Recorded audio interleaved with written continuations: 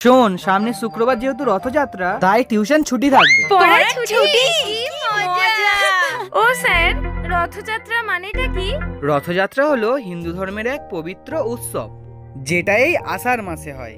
এই উৎসবে ভগবান জগন্নাথ, বলরাম এবং সুভদ্রা তিনজনে মিলে রথে চড়ে মাসির বাড়িতে যান। ও স্যার, ভগবানদেরও মাসির বাড়ি ছিল? হ্যাঁ রে বাবা, হ্যাঁ ছিল। ভগবানরা আমাদের মতোই, তাই না? ও স্যার, কদিন ছুটি থাকবে? কদিন আবার? একদিন। ও স্যার, আর উল্টো রথে ছুটি থাকবে না? আচ্ছা, এই উল্টো রথ মানেটা কি? রথটা উল্টে যাবে? ছুটি দিতে পারি একটা শর্তে। আগে আমার একটা প্রশ্নের উত্তর দে। আচ্ছা বলতো, সবচেয়ে বড় রথযাত্রা কোথায় হয়? আমার মামার বাড়ি। আমি বলবো পুরীতে। হ্যাঁ ঠিক বলেছিস, সবচেয়ে বড় রথযাত্রা পুরীতে হয়। ও স্যার, উল্টো রথ মানে কি? রথটা কি উল্টে যাবে? আরে না বাবা না, তোরা তো এখনো সোজা রথ আর উল্টো রথের মানেই বুঝিস না। যেদিনে ভগবান জগন্নাথ, বলরাম এবং সুভদ্রা রথে চড়ে মাসির বাড়িতে যান, সেটা হলো সোজা রথ। আবার ঠিক 7 দিন পর রথে চড়ে মাসির বাড়ি থেকে নিজের বাড়িতে ফিরে আসেন, সেটা হলো উল্টো রথ। এবারে বুঝলি উল্টো রথ আর সোজা রথের মানেটা কি? ও এই ব্যাপার। ও স্যার, এটা তো আমি আগে থেকেই জানতাম, আমার বাবা আমাকে বলেছিল। হ্যাঁ হ্যাঁ, তুই সবকিছুই জানিস, সব জানতা গেঞ্জিওয়ালা। নে এবার সবাই ব্যাগপত্র গুছিয়ে নে, আজকের মতো ছুটি। কি মজা, ছুটি!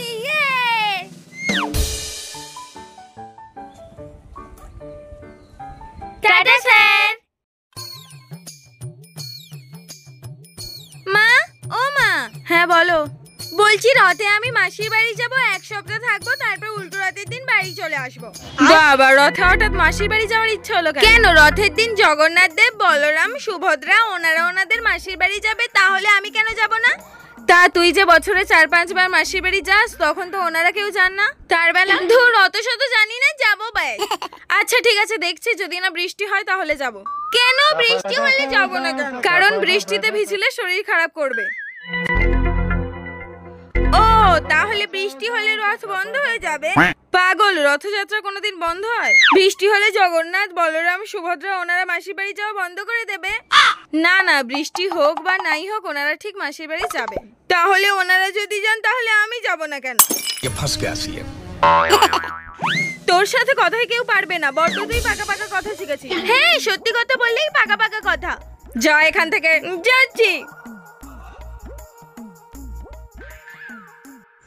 এই নব, চল খেলতে যাবি না? না রে, আমি আজ খেলবো না। কেন? একটু পর আমি আমার বাবার সাথে রথ কিনতে যাব। কেন রথ কিনতে যাবি কেন? আরে বুদ্ধু, রথ কিনে রথকে সুন্দর করে সাজিয়ে রথের দিন টানবো। রথ টেনে কি হবে? নিজের রথ টানার মজাটাই আলাদা। কেন, তুই সন্ধ্যাবেলা রথের মেলা দেখতে যাবি না? হ্যাঁ, বিকালবেলা নিজের রথ টানবো আর সন্ধ্যাবেলা বাবা মার সাথে রথের মেলায় ঘুরতে যাব। ও, তুই আবার নিজের রথ কিনে টানবি কেন? সবাই রথটাকে দেখবে, ভালো বলবে, আমি সবাইকে প্রসাদ দেব। আর জানিস, সবাই খুশি হয়ে 1 টাকা 2 টাকাও দেয়। পয়সাও দেয় সবাই? হ্যাঁ রে। ওই পয়সাগুলো নিয়ে তুই কি করিস? কেন, রথের মেলায় গিয়ে ফুচকা খাবো। ও ওই শোন, আমার না অনেক দেরি হয়ে গেল, আমি আসি রে, টাটা। হ্যাঁ যা। কি, ও নিজের রথ নিজে টানবে? কিন্তু আমার তো কোনো রথ নেই। যাই, বাড়িতে গিয়ে বাবাকে একটা রথ কিনে দিতে বলি। ও বাবা, বলছি শোনো না, আমাকে একটা রথ কিনে দেবে গো। এই তো বললি মাসির বাড়ি যাবি, আবার রথ কিনে দেওয়ার কথা বলছিস কেন? ও মাসির বাড়ি যাওয়া ক্যান্সেল, আমাকে একটা রথ কিনে দিতে হবে ব্যাস। ও বাবা, একটা রথ কিনে দেবে গো। কখন যে মাথায় কি ভূত চাপে ভগবানই জানে। এই তুমি আশকারা দিয়ে দিয়ে মেয়েটাকে মাথায় তুলছো। ও তো ছোট বাচ্চা, বড় হলে কি এসব বায়না করবে? তোমার জন্যই দিনে দিনে মেয়েটা বিগড়ে যাচ্ছে। ও বাবা, একটা রথ কিনে দাও না গো, প্লিজ। দেবে গো একটা রথ? ঠিক আছে মা, তোর জন্য একটা সুন্দর দেখে রথ বানিয়ে দেবো। এবার খুশি? থ্যাংক ইউ বাবা। हे प्रभु, হে প্রভু, हे हरि राम कृष्ण जगन्नाथ प्रेमानंद।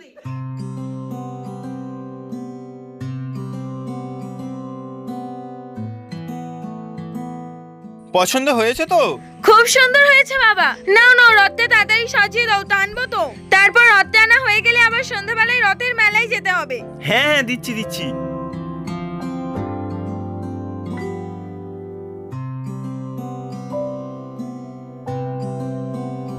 বাবা, এইগুলো কি হবে? এইগুলো দিয়ে তো রথটাকে সাজাবো। বাবা, এইটা কি হবে? এই দড়িটা দিয়ে তো এইগুলোকে বাঁধবো। বাবা এই ফুলগুলো কি হবে? আরে এই ফুলগুলো দিয়ে তো পূজা হবে। বাবা এটা তো বেলপাতা, বেলপাতা জগন্নাথ দেবকে দেয়, এটা তো শিব ঠাকুরকে দেয়। উফ, তুই আমার মাথা খারাপ করে দিছিস, যা ওখানে গিয়ে বস। তোকে কিন্তু আমি রথ সাজিয়ে দেবো না। আচ্ছা ঠিক আছে, যাচ্ছি।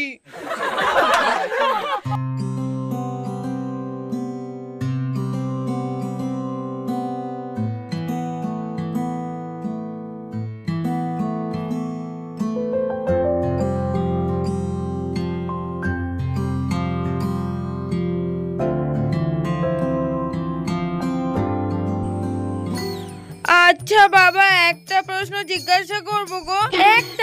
একটাই প্রশ্ন করবো শুধু। আচ্ছা কি বল। আচ্ছা, সব ঠাকুরেরই তো হাত আছে, তাহলে জগন্নাথ, বলরাম, সুভদ্রার কেন হাত নেই? পৌরাণিক কাহিনী অনুযায়ী কলিঙ্গ রাজ্যের রাজা ইন্দ্রদুম্ন ঠিক করলেন তার রাজ্যে ভগবান বিষ্ণুর একটা মন্দির তৈরি করবেন। কিন্তু বিষ্ণুদেবের মূর্তির কেমন রূপ দেবে সেটি বুঝতে না পেরে তিনি বিষ্ণুদেবের ধ্যান করলেন। তারপর বিষ্ণুদেব তার ধ্যানে মুগ্ধ হয়ে জানালেন পুরীর কাছে সমুদ্রে যে নিম গাছের গুড়ি ভেসে আসবে সেটা দিয়েই তৈরি হবে তার মূর্তি। যথারীতি কাঠের গুঁড়িটা ভেসে এলো। রাজা সেটিকে তার রাজ্যে নিয়ে এসে শিল্পীদের দিয়ে মূর্তি বানানোর চেষ্টা করলো, কিন্তু তখন একটা বড় সমস্যা, কেউ কাঠের গুঁড়িটাকে কাটতেই পারছে না।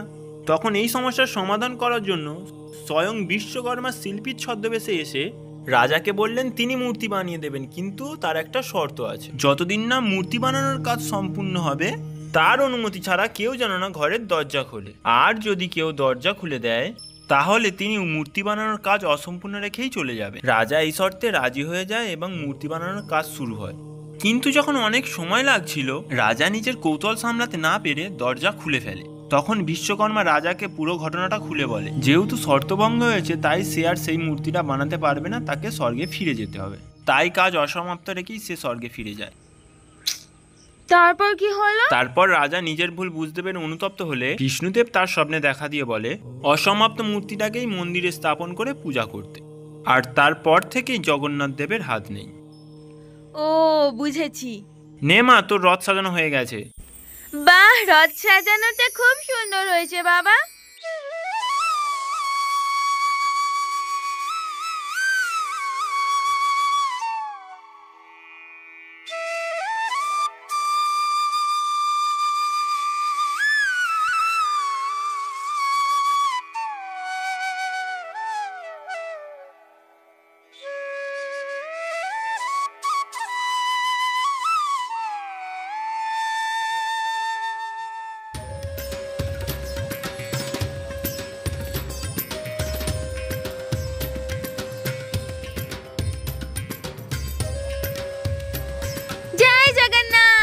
বাবা, আমার রাতেই সব থেকে সুন্দর হয়েছে বলো।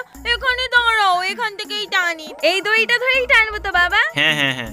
জয় জগন্নাথ, জয় জগন্নাথ, জয় জগন্নাথ, জয় জগন্নাথ, জয় জগন্নাথ, জয় জগন্নাথ। এই নব, কি রে তোর রথ কই? এই দেখ আমি কত সুন্দর রথ বানিয়েছি। না রে, আমি রথ কিনতে গিয়েছিলাম, কিন্তু অনেক টাকা দাম বলে বাবা কিনে দেয়নি।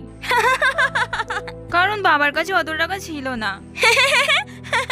মানু, এভাবে হাসতে নেই, অসুবিধা থাকতেই পারে মানুষের। ওই শোন না, তোর রথটা একটু টানতে দিবি রে? না, কেন দেব তোকে? এটা আমার লজ্জা ভাগে কেন? মানু, ওরম হিংসা করতে নেই। ভগবান কারোর একার হয়, ভগবান সবার। আর তুমি কি জানো, যারা হিংসা করে তাদের ভগবান কোনোদিনও আশীর্বাদ করে না। তুমি যে সন্ধ্যেবেলা বড় রথ দেখতে যাবে, সেই রথটা দেখবে সবাই মিলে ধরে টানে, কেউ একা টানে। ঠিক আছে চল, সবাই মিলেই রথ টানবো। আয়।